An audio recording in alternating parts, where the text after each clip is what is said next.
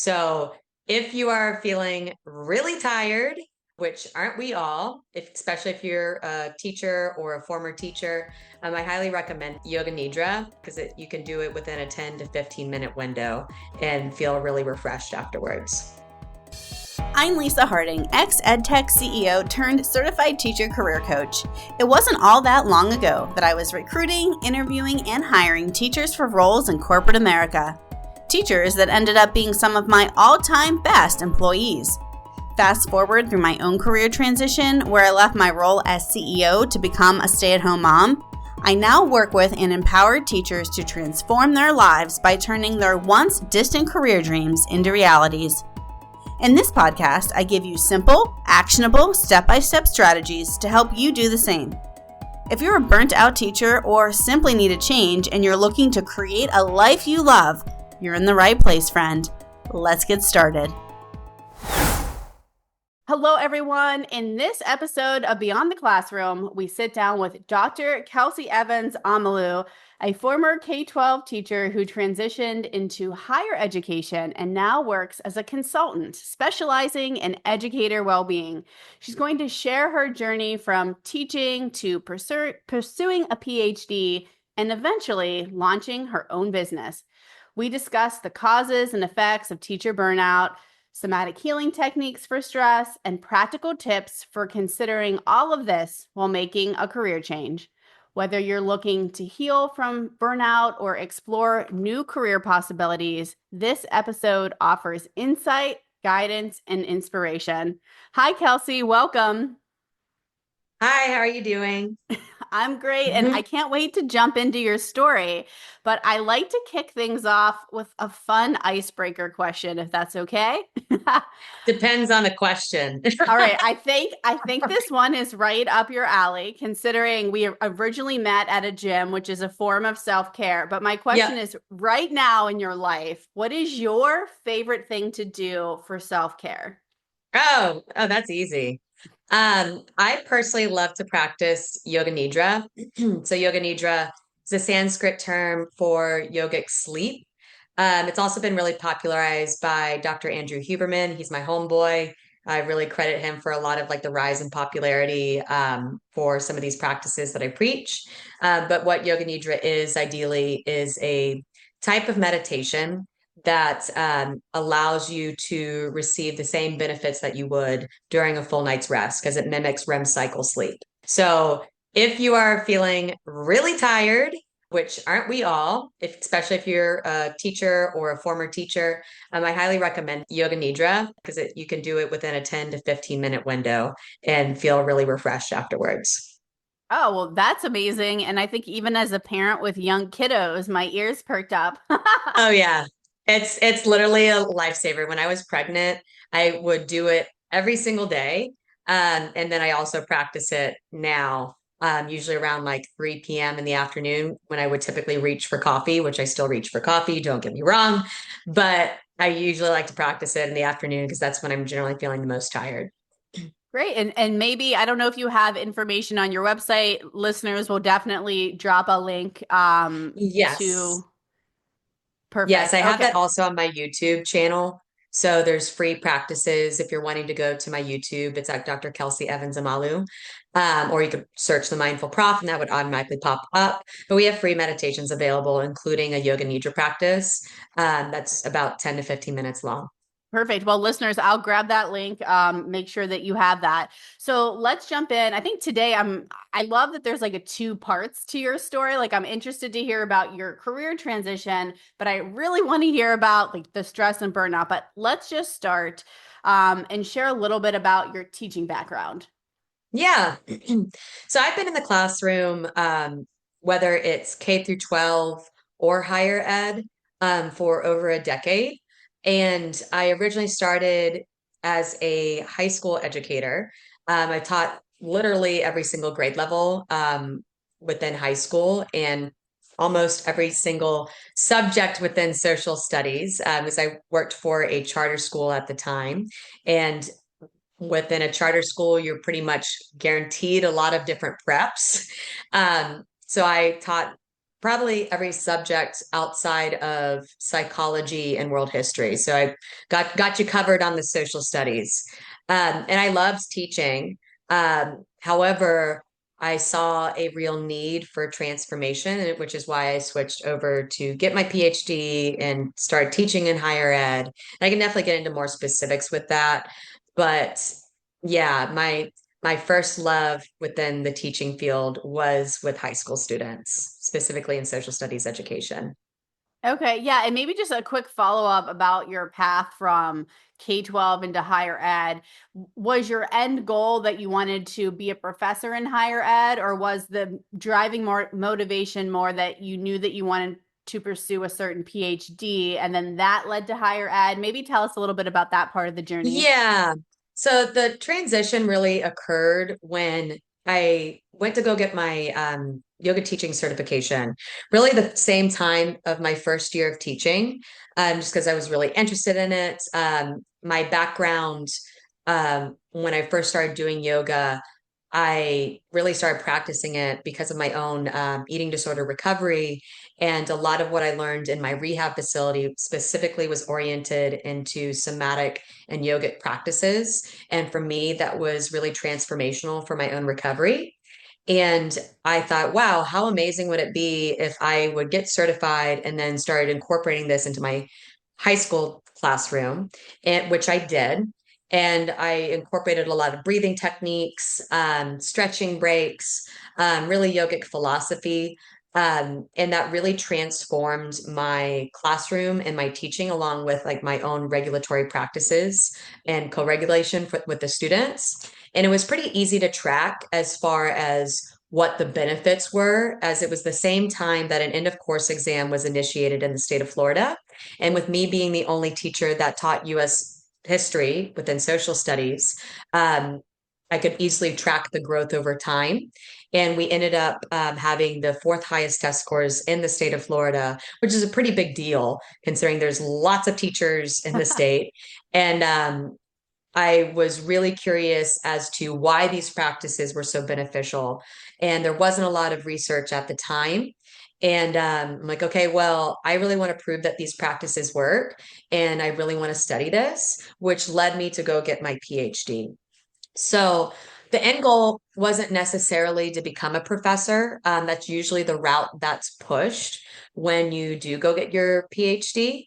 Um, and I wanted to take that route mostly because I wanted to see policy change. And I didn't see a lot of change happening when I was a teacher, even though I could control my own classroom, I couldn't necessarily control the policy that was coming through. And so I wanted to have some type of culture change occur.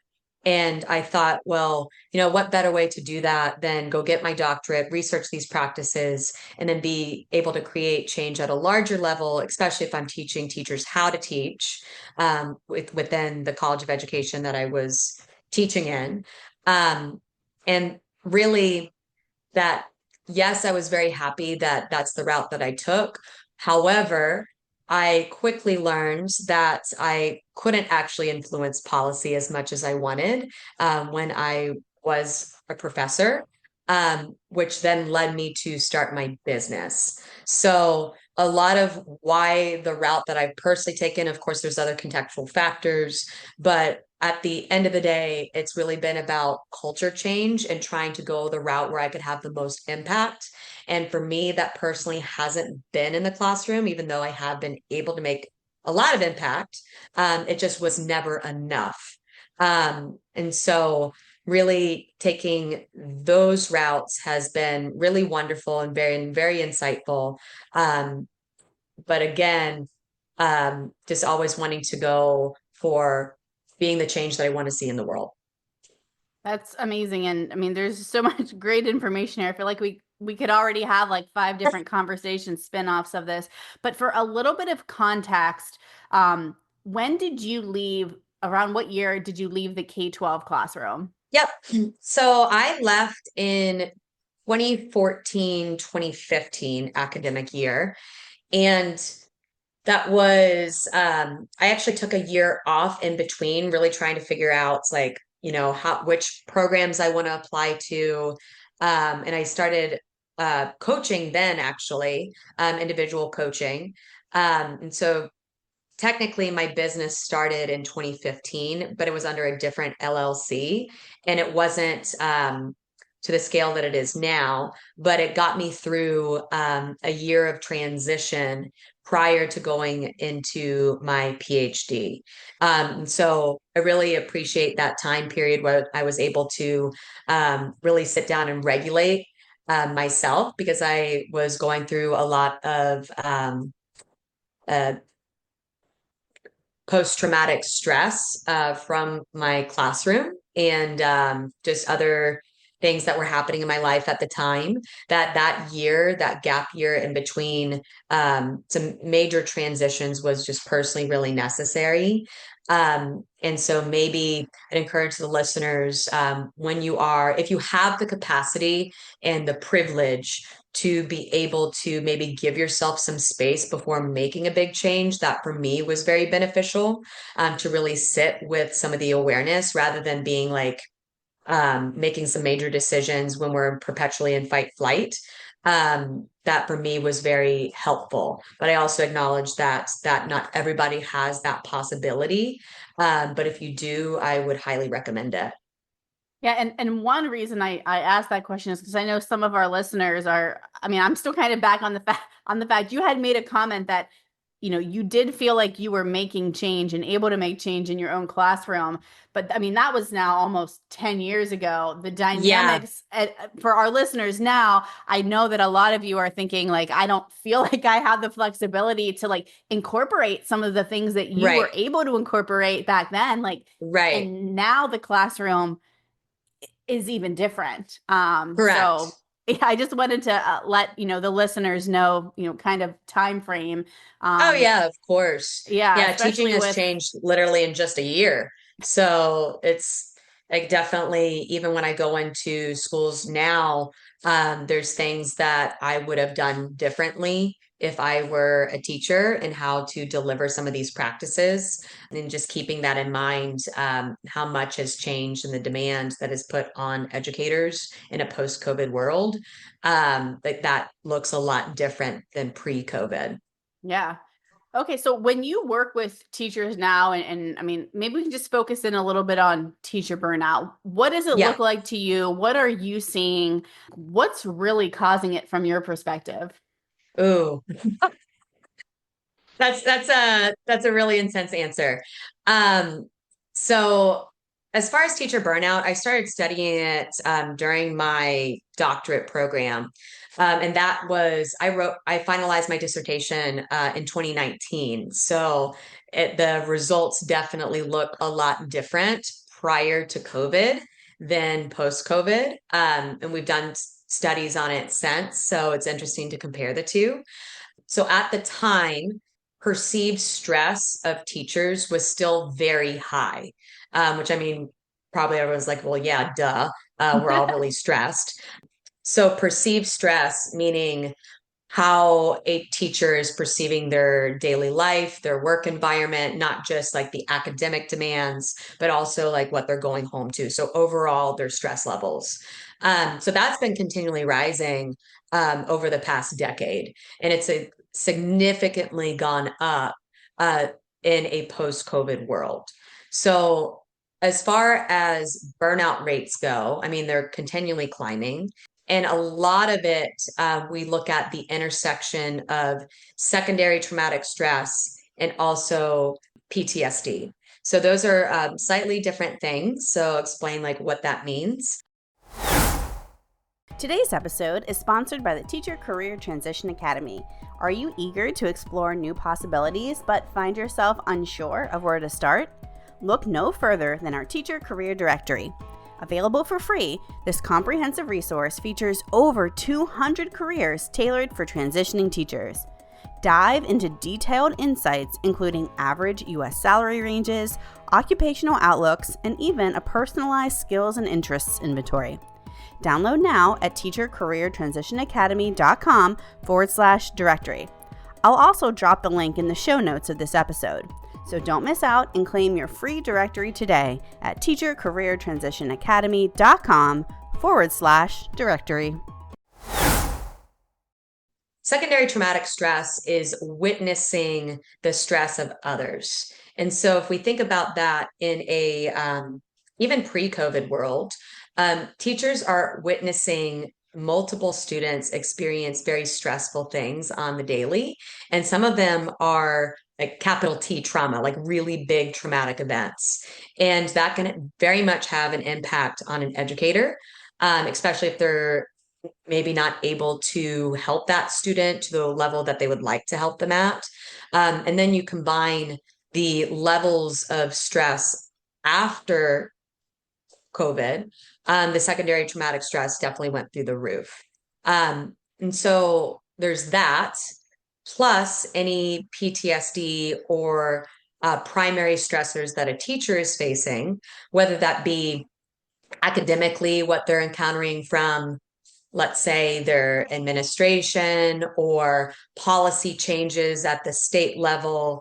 Then what are they encountering in their home life, their personal life? I know for me, I had a capital T trauma happen to me as a first year teacher, meaning a very challenging thing that occurred. And so having to move through that while also trying to teach was very challenging. So I think about those multiple factors that are the teachers are witnessing traumatic things happen to their students, and then traumatic things happen to themselves, and how that can automatically increase the burnout if they don't have the level of support that's necessary. And so a lot of these burnout continues really because the system is not changing. And it's there would have to be a significant systemic overhaul in order for burnout to decrease. And I find it really challenging to address that because a lot of the policy initiatives that are coming through to like even potentially create some culture change are not addressing the factors that are creating burnout in the first place. And rather, they're trying to do this band-aid mentality where they're covering up the real issues and trying to create some infrastructure to help, but it's never enough. So this cycle of burnout continues to happen because the level of infrastructure change would be very hard to do. So that sounds really when you say it like that, you're like, oh well, that's really depressing. Um, so what do we do? A lot of what we focus on in my company is mostly sustaining teachers, thinking about things that can sustain them, not just coping tools, because I think of coping as like an after effect, which is still very important because, again, if the system is not changing, they do have to cope with a lot of different things. However, can we deliver something that is more preventative in nature, where they're not having to continue to react to all of these things that are coming down the pipeline that continues to create burnout. So a lot of the tools that we're giving them, whether that be in different group trainings or one-on-one coaching, is more preventative in nature, where it helps to de-escalate some of their fight, flight, or potentially even freeze that they're going through. But I mean, if I could, I would want to create more change for the structure, but that's more like a very much like long-term thing. I can see change happening very, very slowly, but as far as like helping with burnout prevention, um, I feel like sometimes there's never enough. So I think about anything to support teachers can look like twofold. It can look like going in and supporting policy initiatives. So it looks like going and doing your civic duty and getting involved in maybe things that the state has or at the federal level, and thinking about how powerful our vote is in local initiatives, and going and helping teachers, whether that's one-on-one or at the group level. So I definitely think that it has to be all encompassing. Yeah, and I think the overwhelming thing, at least to me and with teachers that I've spoken with, like exact words that you said. Like there's a systemic overhaul. Like I use like that's my phrase too. Like that's the way Hmm. that I look at things and the way I think teachers look at it. And you just feel overwhelmed. Like I'm in this environment, it's not changing, or like you pointed Right. out, maybe it's changing, but not really. Hmm. Like how can I go on knowing Yep. that there's there's no light at the end of the tunnel? Right, right. And this is something the my research lens, like it focuses on a couple different things, and one of these aspects is civic mindfulness and thinking about how necessary anger and rage is at an injustice in order to actually create change. So if we didn't have necessarily the anger or dissatisfaction, that wouldn't propel us to create change in the world. So, in a way, I would say that is necessary. But if it's leading you into a sense of hopelessness and depression and this functional freeze that tends to show up, if it continues to go on and on and on, then I would say we have like something to address. Like, well, let's work on like the hopelessness that you're feeling and what can we give you to cope with that feeling of overwhelm. But I would say that a feeling of dissatisfaction is necessary for change. And I also think one thing to kind of clarify, and you're like a burnout expert, so like you make this connection in your brain like automatically, but I feel like maybe for the listeners, sometimes people will say to you, well, like, well, everyone gets burnout, right? Like, but there is a difference between like just feeling burnt out and like clinical burnout. Because yes, everyone will feel burnout from time to time. Like I don't care what your job is, you're gonna feel burnout. But feeling burnt out is different than long-term chronic like clinical burnout. um Right, exactly. And so that can be really hard to have that distinction, especially if, I don't know, let's say you feel really hopeless and like in a like kind of caged in your environment. So with me not being a therapist or someone that can clinically diagnose, that is a fine line to walk in the career that I have. So I always recommend like, hey, go to somebody that can diagnose and seeing like, well, maybe there is some clinical depression or generalized anxiety disorder. But uh, if let's say you're wondering like, well, do I have a high rate of burnout or is this just like daily existence? Some of the things that can be helpful to kind of see like the difference between the two, I find are getting connected with my body. And this can be very challenging for folks that are already feeling really stressed and burnt out, and that there's this disembodiment that does tend to happen as a means of safety. Meaning, like, if I'm not connected to my body, then I'm just going to be like in this dissociative world where I don't feel a lot of things because that feels a lot better than feeling like the stress that my body's actually facing. So it can kind of be a double-edged sword in that way, where embodiment can be the thing that really creates an understanding of like where we're actually at. Yet, many people might not want to be quote unquote embodied because it's the thing that shows you like how um, bad off you might be. So things that might show up in the body definitely look like sleeplessness,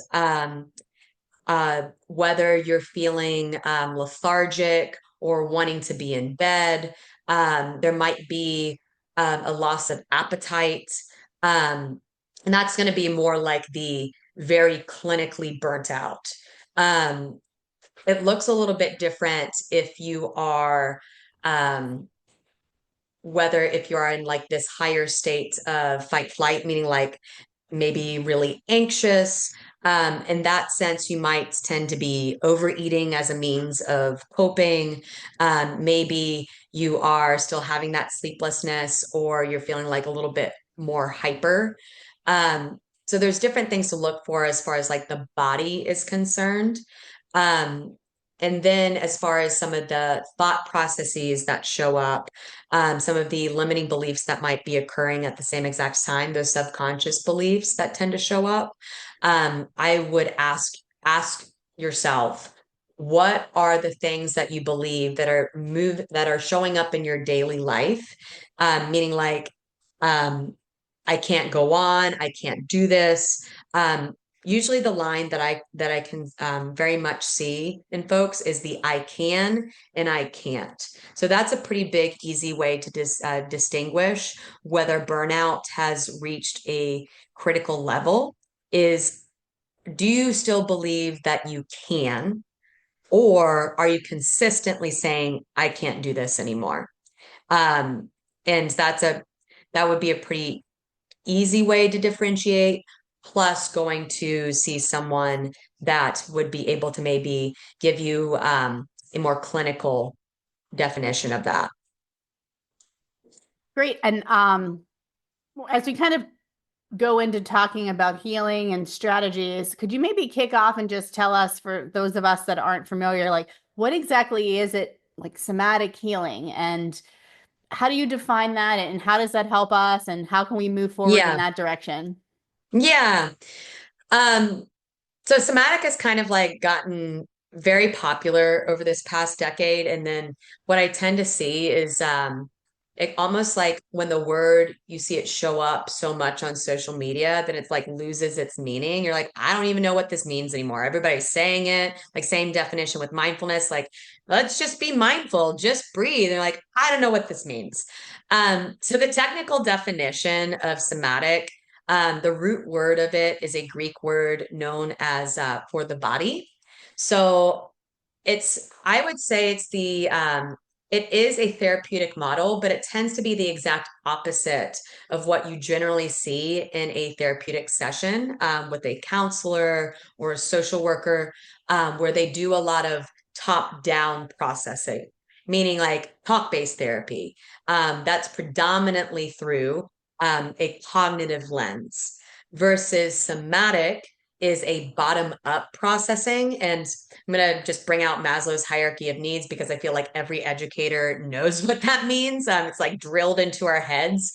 So if we think about as far as Maslow goes, from bottom up, meaning we address more of like the bottom level of the hierarchical model, thinking about, well, we need food, water, all of that to survive, versus the top down processing of Maslow's hierarchy of needs. It's like that self actualization sense, where that would be somatic, is the bottom up processing, addressing what the body needs first.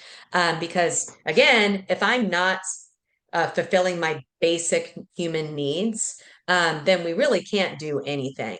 So if my body is not operating in a way where it can actually survive, then we really need to address it.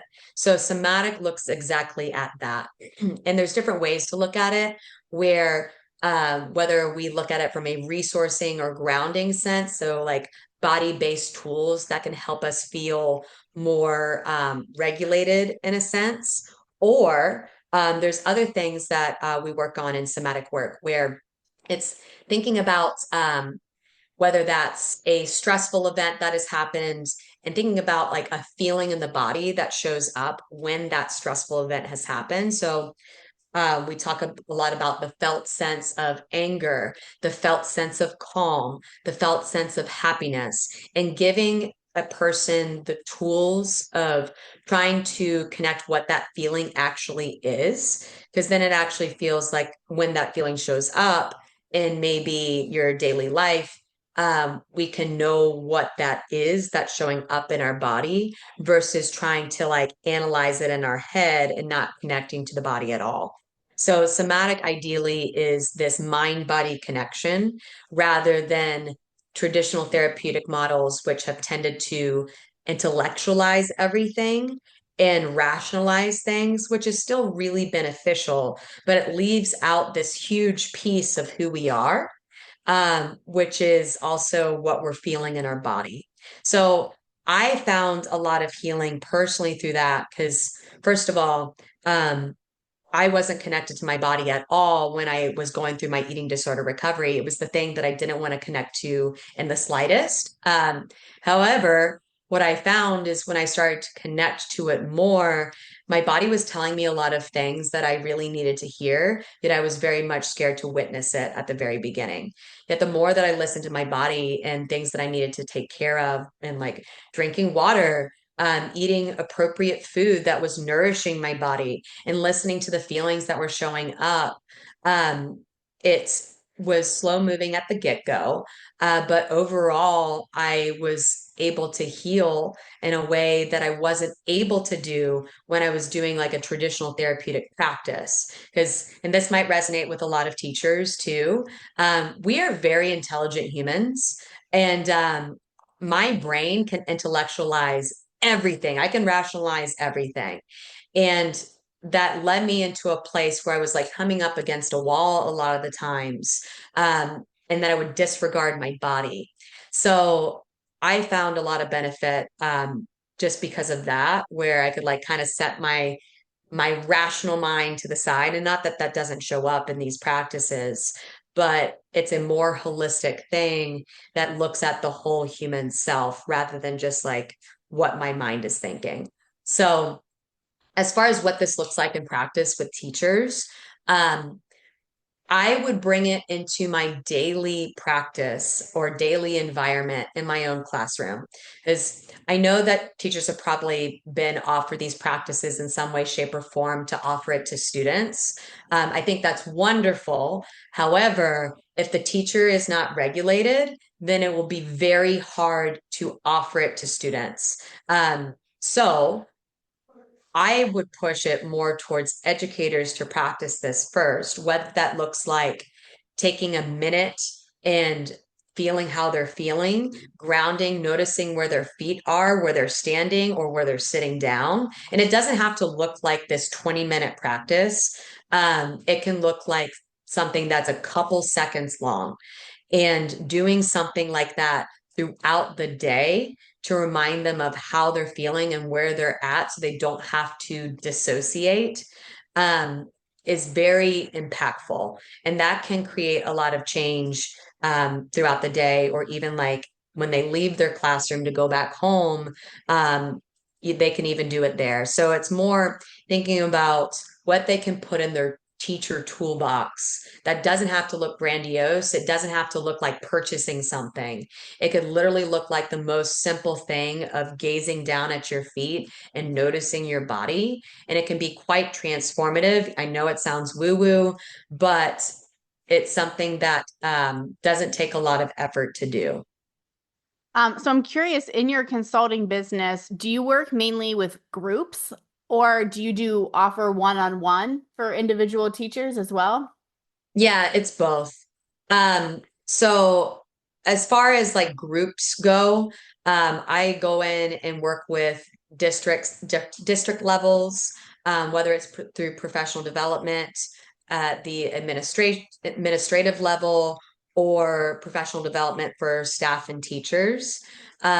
So if the school is interested, usually I'll get brought in to have a discussion. One thing that I notice about professional development opportunities, and this is again going back to this idea of culture change, is I find that it's an ineffective model if I am only talking to them one time. It's a lot of information that's delivered, and coming from a place of like, I've been there, I've been in PDs, and you're like, well, what is this lady saying? Like, why should I care? I really need to go and be grading. Like, you're taking away from my time. Um, I find it's better to do in smaller chunks over a longer period of time. So there's been different modalities that we've worked with where we've consulted schools over like the whole academic year, where teachers can come drop in into online settings at their own leisure, whether that be on a certain day or time that's more comfortable for them. And we talk about these practices and we offer them more safer space to land. Um, so they could look like that way, and we have consistent follow up. So I find that that is a lot better than coming in and talking about somatics and burnout for an hour, cool. And sure, they might walk away with something, but I find both as a practitioner of this and also having been a teacher, that the hand holding is really necessary. So if that's done in a group setting, that can be done.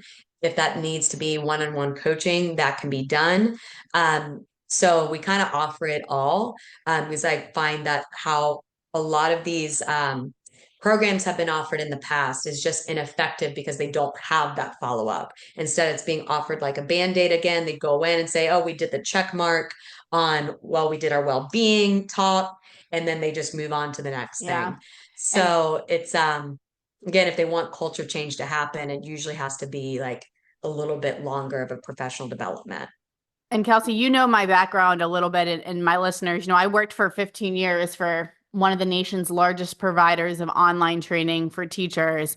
And what you just said was going to be my main point. So many times they're literally doing it to check a box. Like, Yeah. and we didn't even do training. Like what you do is like in depth. I mean, it's personal and it has to be there. Hmm. Like it's not a once and done, but even for things that Correct. are once and done, they're like, oh, we did our Google training. We did our social emotional learning training. Like I Yep. can check the box. I can get my funds. I can say we did Yep. it. But I mean, 100%. this is so personal. This is so important for people to like heal. So if you're a teacher that's, your school's not providing this and they want to work directly with you, like what does that look like? Like how Funding does it work? and pricing. Yeah. No, just like, I mean, not even the pricing, just like, do you do online sessions? I mean, do Yeah. you give homework? Is it just Yes, talk yes, yes. I see therapy? what you're Like, saying. Hmm. what's that look like?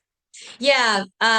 So I try to personalize it as much as possible, depending upon like what the school needs, what the school's looking for, or what a teacher's looking for. So we kind of offer it all. It's honestly the beauty of how my PhD has really helped because it was also in learning and development. We're thinking about like, well, how can I structure something for a one-on-one client or a group or a district level. So it definitely can range, whether that's a purely asynchronous. So sometimes people want that, where it's done in modules. Again, it might not be like if somebody doesn't want that, it doesn't have to be that. It could be a mixed mode, whether it's synchronous and asynchronous, specifically online. If they want me to come in person, I can come in person and then do follow up via asynchronous or synchronous methods. And even with my one-on-one clients, I still am a big believer in homework, um, mostly because the homework being practice your tools that are given to you. Because if we're not practicing, it's very hard to bring that up as a preventative measure if we're not practicing it way ahead of time. So I think about like even in the gym, if I am not lifting weights, it's not like you're not going to build the body that maybe we want to build. And this even showed up in one of the research studies that we did, is thinking about, well, okay, if somebody is meditating 20 minutes once a week versus 1 minute every day, what's the difference? And what we found is that dosage doesn't matter as much as frequency, meaning meditate every day for even just 30 seconds or a minute, and that's going to show greater impact over time on your own well being versus trying to do this once in a session with your coach or once when you log on to the Calm app. That's not going to make a big impact on your own well being versus incorporating this into your lifestyle and trying to do it a little bit a day. So it's why I tend to offer a lot of homework for that exact reason. And it's not homework where it's going to be journal 20 minutes every day. It's more what's the lifestyle change that you can incorporate and try to do that on the daily. So back to your question, it's going to look different for everybody. And I try to personalize it as much as possible. Well, that's great. It definitely, at least for me, gave me like a vision of what it is like kind of working with someone to go through these steps. Mhm. As we wrap up today, I'm sure that there's way more than one piece of advice because this is all that you do. But for our particular audience, most folks listening in are on the path of wanting to change careers out of teaching. So they're on that path. Many of them are still in the classroom. Many of them are feeling burnout. For someone in that particular scenario where you know you want to leave, but you're still there, you're trying to do your best, what's one Hmm. piece of advice you could offer them to help them through until they are able to make a leap into a new career? Yeah, great question because I've lived that in multiple capacities in both the university setting and also K through 12. Um, I would say it's kind of a twofold thing. Um, One, looking at some of the beliefs that you have of yourself, because I mean, feel like there's, for lack of a better term, there's a lot of brainwashing that happens where we might believe certain things about ourselves because of how the system is set up, where it's almost like teachers become the victim to and responsible for a lot of what happens in the school. And for me, I had to do a lot of looking inward and looking at some of the beliefs that I held about myself that were holding me back from making a step forward. And I talk about this with my other colleagues that are therapists. And who are also some former teachers. We talk about how it almost feels like an abusive scenario. Where it's like a domestic abuse situation. Sometimes that it almost feels like that. And so a lot of that would be a lot of the inner healing that needs to occur. Um, to believe that you do have the capacity to leave an abusive environment.